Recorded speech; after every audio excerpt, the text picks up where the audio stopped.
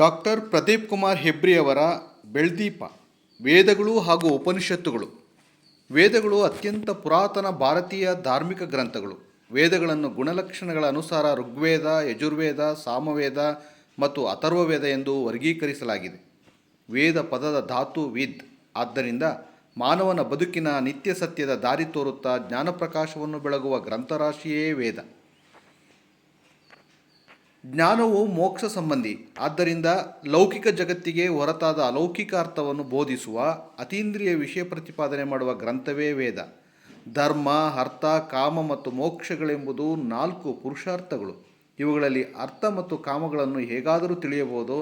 ಆದರೆ ಧರ್ಮ ಮತ್ತು ಮೋಕ್ಷ ಇವುಗಳನ್ನು ತಿಳಿಯುವುದೆಂತೋ ಇದಕ್ಕೆ ಅಗತ್ಯವಾಗಿ ಬೇಕಾಗಿರುವುದೇ ವೇದಜ್ಞಾನ. ವಿಜ್ಞಾನವೆಂದರೆ ವಿಶೇಷ ಜ್ಞಾನ ಎಂದರ್ಥ. ಆದರೆ ವೇದ ಭಾಷೆಯಲ್ಲಿ ಜ್ಞಾನಕ್ಕೆ ಇರುವ ಸ್ಥಾನಮಾನಗಳೇ ಬೇರೆ.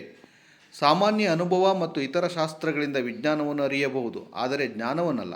ಹಾಗಾಗಿ ವೇದ ಭಾಷೆಯ ಜ್ಞಾನವೆಂದರೆ ವಿಜ್ಞಾನವಲ್ಲ, ಬದಲು ದೇವಸನ್ನಿಧಿ. ಇದನ್ನು ಪಡೆಯಲು ಸಾಧ್ಯವಾಗುವುದು ಅಪೌರುಷೇಯವಾದ ಅನಾದಿಯಾದ ವೇದದಿಂದ ಮಾತ್ರ. ಹಾಗಾಗಿಯೇ ವೇದವು ಸರ್ವಜ್ಞ ರೂಪ. ಬ್ರಹ್ಮವಸ್ತುವಿನ ಸಮೀಪಕ್ಕೆ ಎಳೆದುಕೊಂಡು ಹೋಗುವ ಗ್ರಂಥಗಳೇ ಉಪನಿಷತ್ತುಗಳು. ವೇದಗಳ ಕೊನೆಯ ಹಾಗೂ 4ನೇ ವಿಭಾಗವನ್ನು ಉಪನಿಷತ್ತು ಎಂದು ಕರೆಯುತ್ತಾರೆ. ಉಪನಿಷತ್ತುಗಳಿಗೆ ವೇದಾಂಗ ಎಂಬ ಹೆಸರೂ ಇದೆ. ಉಪನಿಷತ್ತುಗಳು ವೇದ ಧರ್ಮದ ಅತ್ಯುನ್ನತ ಆದರ್ಶ ಮತ್ತು ಸಿದ್ಧಿಗಳನ್ನು ಪ್ರತಿಪಾದಿಸಿ ಮೋಕ್ಷಶಾಸ್ತ್ರಗಳು ಎನಿಸಿಕೊಂಡಿವೆ. ಇವು ವೇದಗಳ ಸಾರಸರ್ವಸ್ವವಾಗಿ ಮಾನವನನ್ನು ಅಮೃತತ್ವಕ್ಕೆ ಕರೆದೊಯ್ಯುವ ದಾರಿಗಳು. ವೇದಗಳೆಂಬ ಕ್ಷೀರ ಸಾಗರವನ್ನು ಮತಿಸಿ ತೆಗೆದ ಅಮೃತ ಕಲಶವೇ ಉಪನಿಷತ್ತುಗಳು. ಇವು ವಿಶ್ವದ ಜ್ಞಾನಭಂಡಾರದಲ್ಲಿರುವ ಜ್ಯೋತಿರ್ಮಯವಾದ ಅಮೂಲ್ಯ ರತ್ನಗಳು. ಇವು ಭಾರತೀಯ ತತ್ವ ಸಾಮ್ರಾಜ್ಯದ ಸಿಂಹಾಸನವನ್ನು ಅಲಂಕರಿಸಿವೆ.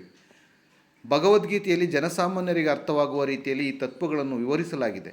ಉಪನಿಷತ್ತೆಂಬ ಗೋವಿನಿಂದ ಗೀತೆ ಎಂಬ ಕ್ಷೀರವನ್ನು ಶ್ರೀಕೃಷ್ಣನೇ ಗೊಲ್ಲನಾಗಿ ಕರೆದುಕೊಟ್ಟಿದ್ದಾನೆ. ಹಾಗಾಗಿಯೇ ವೇದ ಮತ್ತು ಉಪನಿಷತ್ತುಗಳು ನಮಗೆ ಬೆಳ್ದೀಪ.